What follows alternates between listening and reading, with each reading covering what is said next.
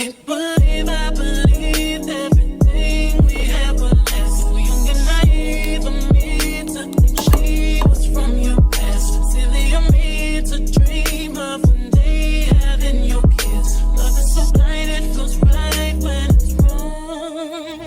Hello, LGBTQ plus DL men, women who circulate love us and support us. And if you don't identify with any of those labels, you're still free to subscribe to the channel.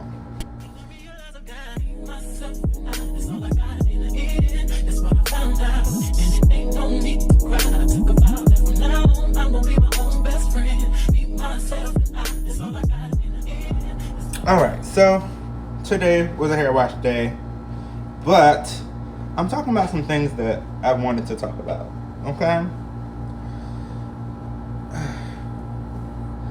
Whew. I'm going to show you some of the products that I'm using to possibly retwist my hair, but I don't know. I'm really liking this wash and go look. Ooh.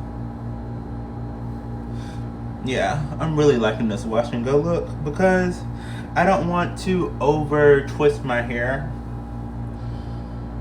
Yeah. I think I might just buy some oils for it. I might just buy some oils and oil it down. And I might have to just do like a... It smells good too. Yes.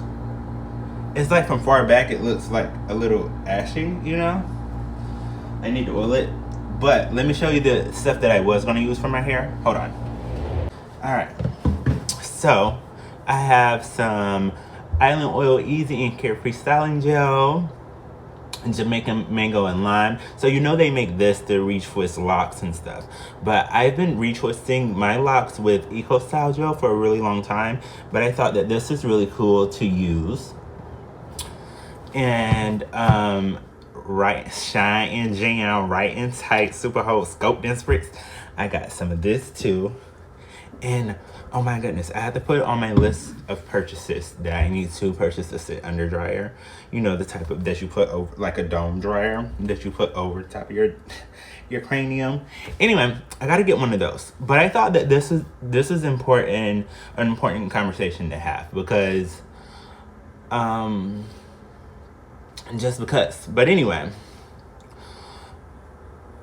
I know y'all saw the video of the candle that I had. That is a candle of Wicked Vanilla Woods. It smells lovely. It's at Bath and Body Works currently, and you can find it online if you can't find it in store. But I wanted to speak about the meaning of not only this, like the snake in certain symbols, but you know, how it's perceived in daily life. Like, most people have a fear of snakes. Ooh, hold on. I was eating some lime and cilantro rice, and it's like my addiction right now. I love it. Hold on. Okay, I'm back. So I have some cilantro and lime rice that I've been eating.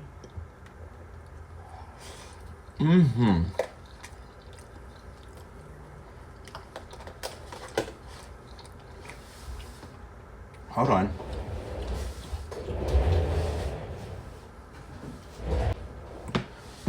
But, oh my goodness. I wanted to talk about, the fact that as you can see, I am in a hotel right now. So, yeah. We can talk about that. Don't let me forget, okay? Don't let me forget while we're talking. But I had an idea to talk about what the tattoo of Madusa means, because many people don't know.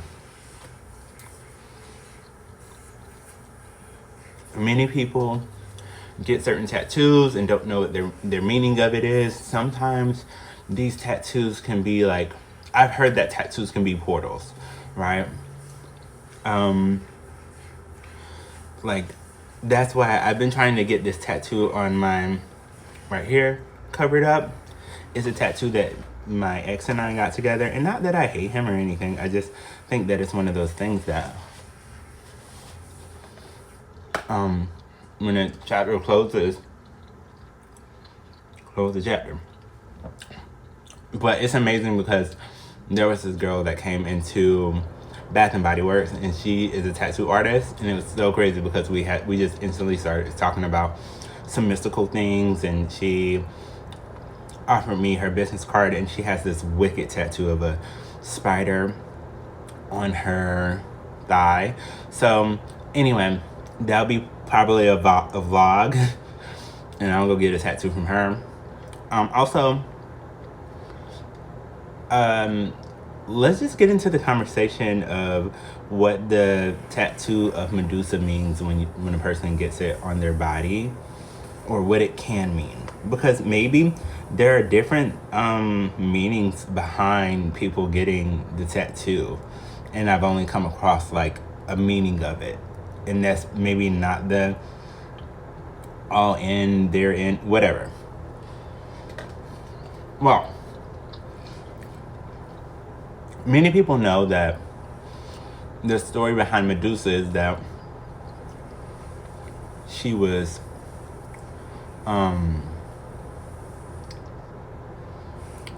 a very beautiful woman, and she was turned into this creature that when people look at her, they turn them into stone. And from what I have heard about her, and let me make sure, but what I will say about the tattoo is the meaning is that it means that a person that has a tattoo has been raped. Now, I've heard, I'm not gonna like really look up the information, I'll leave that to you, but I know that the tattoo does mean that. But as far as what I'm about to say now, I'm not 100% sure that it's true, but I heard that Madusa was raped, and it was by I don't know if it was, but it was by one of the gods, or I don't think it was by a sibling, but she had, many other siblings, and she was the beautifulest one of all. And she, like, I think it was Athena or one of the goddesses put a curse on her because I guess because she was so beautiful. But I think she was raped. And so for people that get the tattoo, that's what it means. Now, I've seen someone that I follow for, like, I followed their content for a really long time, especially when they were with their boyfriend, and then they got this recent, like, that tattoo, and I was wanting to tell them that that's what it meant. But a lot of content creators who are big on social media or have a lot of following, when a smaller account reaches out to them, they may not answer, which is okay.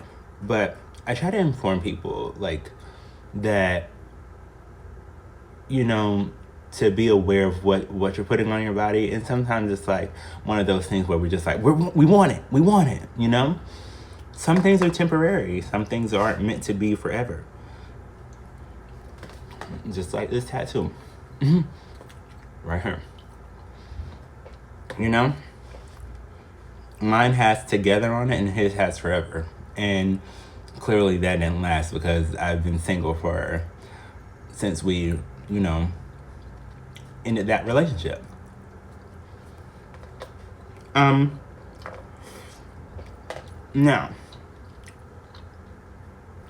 we're going to talk about what the tattoo means as far as it going up that little cross thingy, or not like a cross, but the staff on, like, the hospital band thingy, like how the two snakes go up the little staff or ride or whatever you want to call it. And yeah, let's talk about that. Next. I was at a car lot here in South Carolina. Now, the car lot had a buy here, pay here option. And so I went there in hopes of being able to drive off the lot. That's what I was told. I had already did my most of my paperwork online, but when I got there, the vehicle that I was told that I was approved for was not on the lot. So obviously someone had it, or they hadn't updated what was on their page. Okay, so that was the first clue that this car lot may not be the best option for me. But I've been trying to do the adult thing of being able to help myself and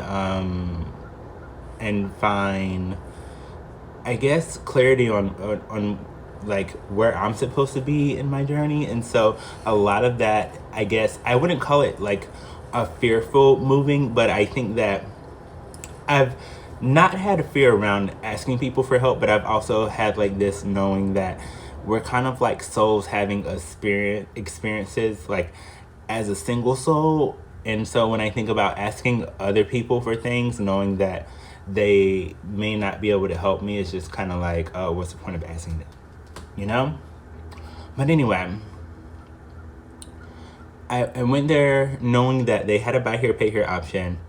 And I had been paid from Bath and Body Works more than what was expected. So I did have the money to put down on a vehicle. Now, the vehicle, like I said, that I was approved for or thought that I was approved for wasn't there on the lot. So that was like my first clue that maybe I need to turn around and leave the car lot alone.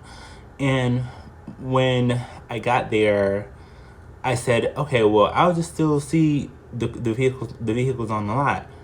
And so I'm just going to kind of speed up the process of this. Now, the salesman instructed, he kind of asked me what type of vehicles I was looking for. And he said 2-door, 4-door. And I did this. And he then pointed to a 2-door vehicle. And the number 2 is something very significant for me. And I will share it in another video about signs and numerology, because I'm a numerology based medium, meaning that when I do receive signs, I either receive numbers, sometimes I receive, every medium has the most of the gifts or all of the gifts, or has honed all of the gifts, right? So I receive all of the gifts. But if you didn't know, yes, I am a medium. Now, when I receive certain numbers, they mean something specifically for me. And the number 2 means something very specifically for me. When I went to the vehicle, my grandmother had said earlier that day, make sure you look at the oil and see what the oil looks like and stuff like that, especially like with used car lots and stuff like that. So the first thing that after the man said a 2-door, after I held up clearly a 4, I'm just like, okay, well, he has glasses. Maybe he didn't see that I had four fingers. I was holding up 4 fingers, like this. And so anyway, I'm like, okay, for that man, that's strike number 1. Not me, but for him. Anyway, when I looked at the inside of the car, and I didn't like it because it had cracked leather. The interior, the cosmetics of it was just not it, right? And earlier, while I was there with a friend, I already had checked the oil of the vehicle, and the oil was brown. So, clue 2. So after that, I was like, I don't want this vehicle. Come to find out later on, that was the only buy here, pay here option that they had. That was not the only vehicle that had brown oil or dark oil. They had a new car, I guess, that someone had traded in or they may have purchased from an auction. The oil had been changed, the oil looked fine. I still test drove the vehicle with the bad oil in cracked leather. Drove it down the street, trying to reach maybe 60 miles per hour or more, because I currently work 30 minutes away from where I was staying. And I chose to do that because I wanted to know would the vehicle be able to handle the interstate, the highways and the byways. And so when I did that, I was just like, $8,000 for this vehicle, pretty much, because it was $7,888. All right, so there was another sign. It was an '08 Nissan. Now, Nissans are pretty good cars. You know what I'm saying? Like, if a Nissan goes bad on you, it's because you probably didn't keep the maintenance up on it, or if it just, like, it just probably was one of those cars that just, like, it's probably one of those cars. And so, I really hadn't seen too many two-door Nissans, but I have. Don't get me wrong, but this was, like, the first time of me driving one. And so, I drove it down the street and came back, and when he asked me that I wanted, I was like we was talking, and then I just kept getting a sign of just to let it stay there. God was like saying no, nah, like he trying to get a sale, right? So after that, I told him, I said, I don't think I want this vehicle. And so then he offered me another vehicle. And by the time that we got done with business, because I had worked that day until like 1 o'clock, and I got there close to 2. And so when I got, after 7 o'clock, and the dealership or the dealer had closed. So we had worked some other numbers up, and the reason that I was there for so long was because they were trying to run my credit to see if I had enough, to see if my credit history was good enough for me to be able to purchase a better car on the lot, which is cool. I understand that, right? But it was actually God saving me from purchasing that vehicle, because it was like, yes, I have family members that can help me, and so we'll get to that story at another day. But I realized that it was God saving me, saying, like, you don't need to purchase that car, And granted, I needed a vehicle to get to work, to be able to support myself as not only as just what people say you need to be a man, not only just as a man, but like as a human, like to be able to support myself as a person. Because this is more than just being a man or being a female or whatever. It's about being able to support yourself, being able to have the abundance that you need to create the path for yourself. And that's how I'm viewing it. But anyway, most people say, you know how some people say that, oh, that person is a snake in the grass, right? I realized that snakes can mean wisdom too. And so it's a reflection of itself, because although that person could have been a snake, you have to be wise enough to know not to fall into the trap of that person. That trap that person is trying to set for you. And you also have to know God's voice. And the crazy thing is that me and the guy, the dealer or the salesman, were having a conversation about a lot of spiritual based things, and we were talking about politics. And people that are religious sometimes aren't open-minded to spirituality and understanding that this is all a game, as they say, or we're all one huge collective. There's so much information that is hidden outside of the text that they have been conditioned to believe. All right,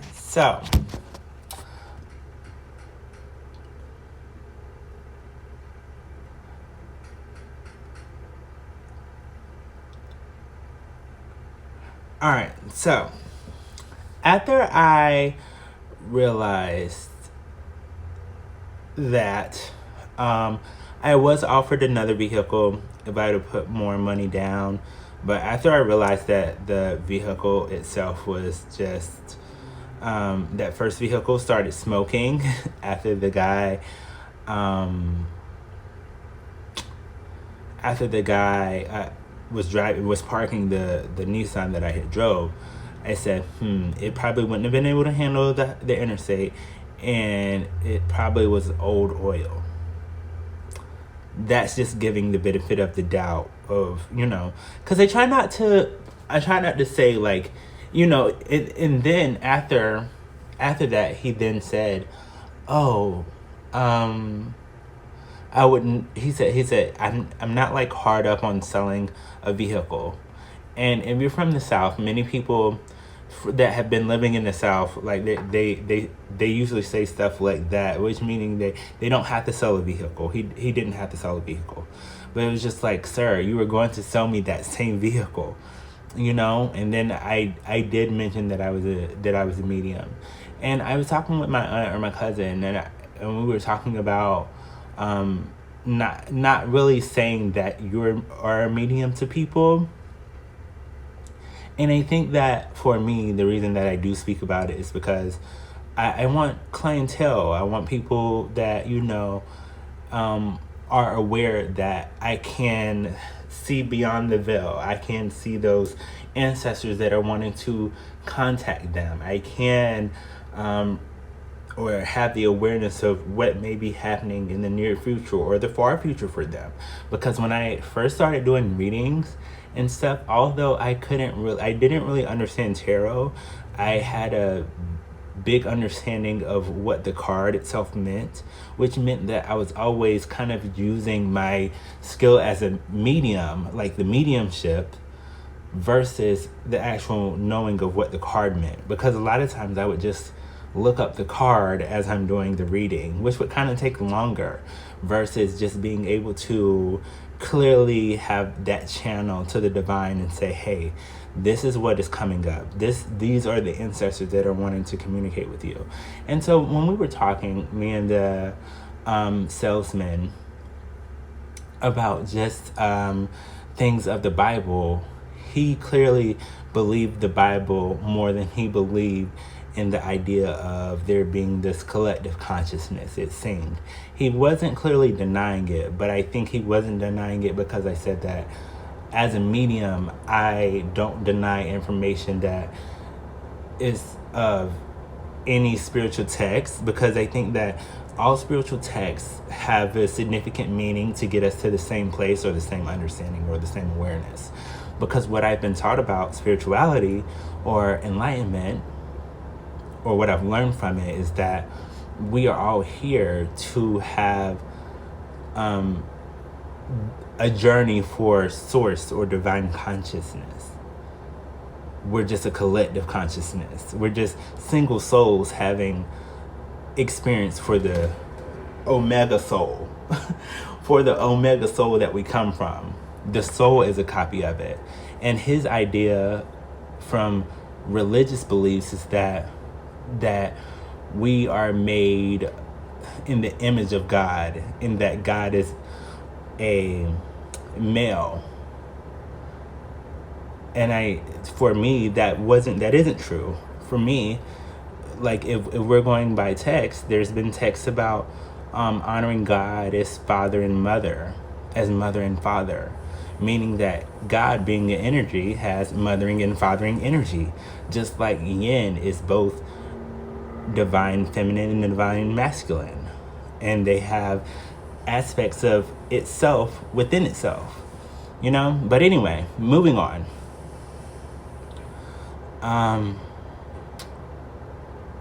I think, and so another thing that we talked about, or something that I said to him that I hope he had like a takeaway from our conversation, because he basically was, I think the way that I talk about spirituality, it may seem as if I don't agree with religious beliefs.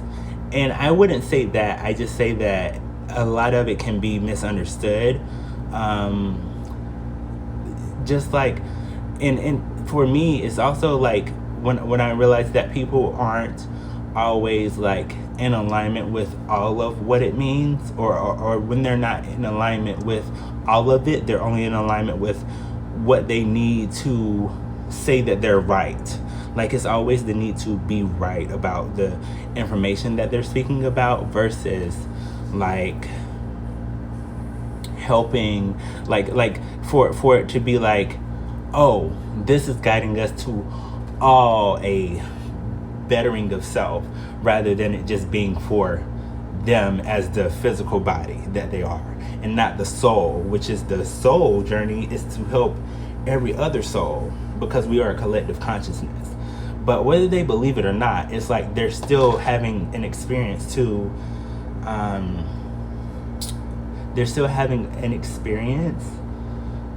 help the divine consciousness. So whether they're aware of it or not, it's still happening. Anyway, I told him about Hosea 6:4 that says about it's like if you deny like my priest information, like if you're not open to other forms of enlightenment, God will deny you in front of his priest, or deny you as priest, or something like that. So let's look up that, because I did a video of it, and this is just my understanding of it. It could be different understandings of it, and this is why I don't really always read the Bible, because it can just be different understandings of meaning. It said, my people are destroyed from lack of knowledge. Because you have rejected knowledge, I also reject you as my priest. Because you have ignored the law of your God, I also will ignore your children. So to me, that just means that if you are unable to receive enlightenment, or receive knowledge, or understanding about other knowledge, because that's what it say, like the people are destroyed because they lack knowledge, because you have rejected knowledge, like you have rejected wanting to learn more. When you are stuck in those patterns of just saying that, oh, the Bible says this, so this is the end all be all. And I don't believe that. Like, I believe that just as there were souls that have written the Bible, there are souls that are still having the experience, right? So there are people that can write stories from their story. Life is continuing to evolve. It's not that the text from the Bible isn't factual, because there's a lot of information that can help us. Just like the acronyms for the Bible stand for basic instructions before leaving Earth. We can write some more instructions. Instructions get updated in different companies, yeah? But anyway, I know that there are going to be people that are going to agree with the guy. Like, the Bible, that's it. That's all. Like, that's all we need. But there are also so many books that were left out of the Bible. And I question why those books, or the Gnostic scriptures, or the forbidden texts were left out of the Bible. What made them forbidden? What is it in those texts that people that we're just not supposed to know, but we can know because it's forbidden, yet it's accessible, so it can't be that forbidden. It's just, do you want to go further ahead to learn more? You know, enlightenment is about, like, it's truly a never-ending story. Not like the movie, but when you think about it, if we're continuing to only believe in one thing, then, you know, and there has to be light and there has to be dark to have balance. Just think, if everything was light filled, then there would be no need for us to have an experience, because everything would just be perfect. That's why they're gay people. That's why they're all of these, what people call sins. They may not even be sins. It's just the way that this experience is. Anyway, I hope that this video was, and I hope and I know that this video was informative, at least to someone. And I hope that you learned something from it. I hope that you enjoy it. I never want any of my subscribers to feel like they have to like a video just because I may have mentioned that, you know, it helps us as content creators. Like the video because you actually enjoy it, because you actually like it, and because it's something that you learn from it. I think a lot of times people may just click on the video and then like it, because I've seen videos that I've posted that probably are like 2 or 3 hours long, and then they just immediately get on the video and immediately click the like button. Make sure you're actually getting through the video. Make sure you're actually enjoying the content. You know, there are people that freely comment their negative comments all the time. So you asking for something within a video is completely okay. You wanting certain type of information from me as a medium, or wanting to know something about me in the comment section, great. I would love it. Just be aware that I am also working. I am working a lot, but it is for a higher purpose. It is to, it's not the all and be all for my, for this channel or for any of the content that I've made. But anyway, I don't want my videos to be so long that they aren't enjoyable also. So I may have skimmed through some information. Like I know with Madusa, there's a lot of information about what happened in that experience. But I think that the most important part that I wanted to share is that the information about the Madusa Tattoo, because a lot of people don't understand that that's what it means. I guess we talked a lot about what snakes mean. We discussed me being at a car lot, and so yeah.